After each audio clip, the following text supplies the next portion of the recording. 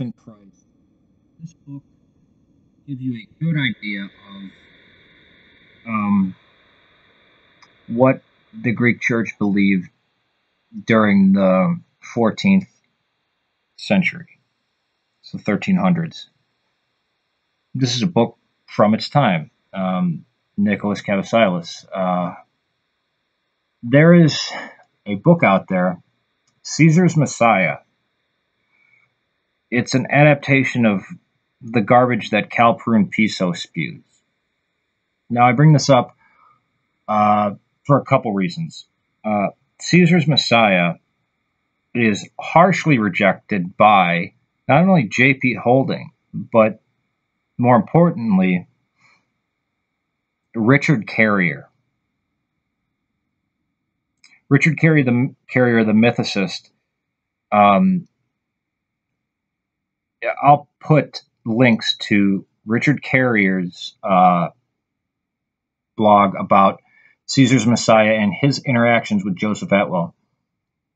Caesar's Messiah was written by a dot-com businessman named Joseph Atwill, who wrote a book plagiarizing a lot of stuff, or at least the core idea, from the Christ Piso family belief. But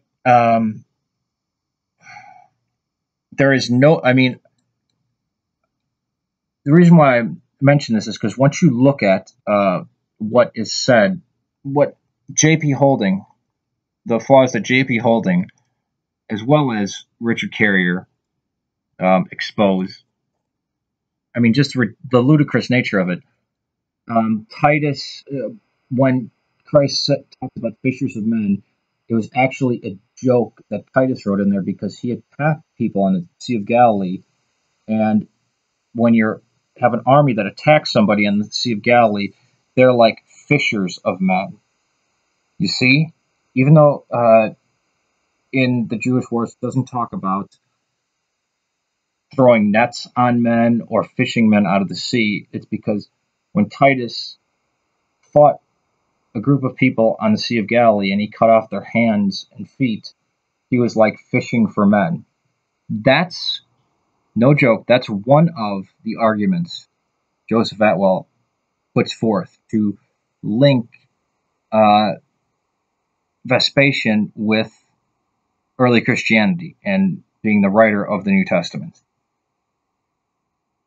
Actually, I think Josephus was the main writer of the New Testament, and that you have to take Jewish wars and the New Testament to get the joke. That's what he says. It's just ludicrous. But even more than that, Robert Eisenman, who some things that he says are correct. He's big on James. He was big on the James ossuary. He endorsed this book.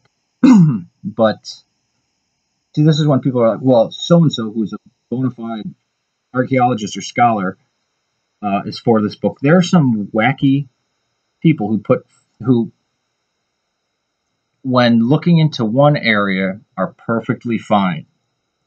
But when they state something about another area of history or archaeology, even if it's contemporary with their period and it's in the same location, and even it's first century Palestine, which is what Eisenman deals with, they can still be for a wacky idea that is out on the fringes that nobody believes.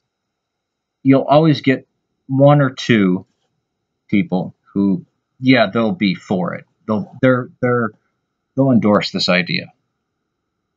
But when we say scholars or scholarship or New Testament studies or archaeology doesn't say this, or it affirms this, this is going into up to 100, over 100, hundreds, 500 things, like people who top people in their field, except it's across the board. What is taught at Harvard, what is taught at Yale. These aren't Christian colleges, mind you. These aren't wacko seminaries. Harvard, Yale, Oxford, Cambridge, Dartmouth, I mean, and of course, there's places like Notre Dame and stuff like that.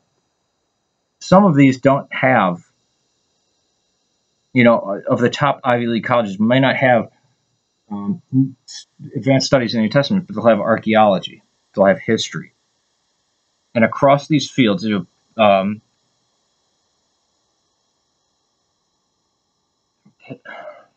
I say polygraphy. I don't mean um, the lie detector test. Polygraphy meaning the study of ancient writings and the style of writing from certain periods in certain places, as well as archaeology, which that could be said to be a branch of archaeology, radiocarbon dating, um, using historical sources, the accepted.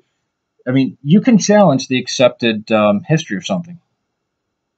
You can say, well, this is what I believe, and this is what I'm going to pull forward. And many historians and even archaeologists have these niche beliefs or whatever. And they might be right, they might be wrong. But to categorically say, oh, Christ is a myth because, and then pull stuff out of your ear and say, well, this one archaeologist agrees with me, or this one New Testament scholar agrees with me, that's not accepted by academia. And the funny thing is that the people who hate critical text analysis um, and trying to get to the core of the historical people from these ancient writings, the people who are most against this are the fundamentalists and evangelicals and the extremely conservative Christians.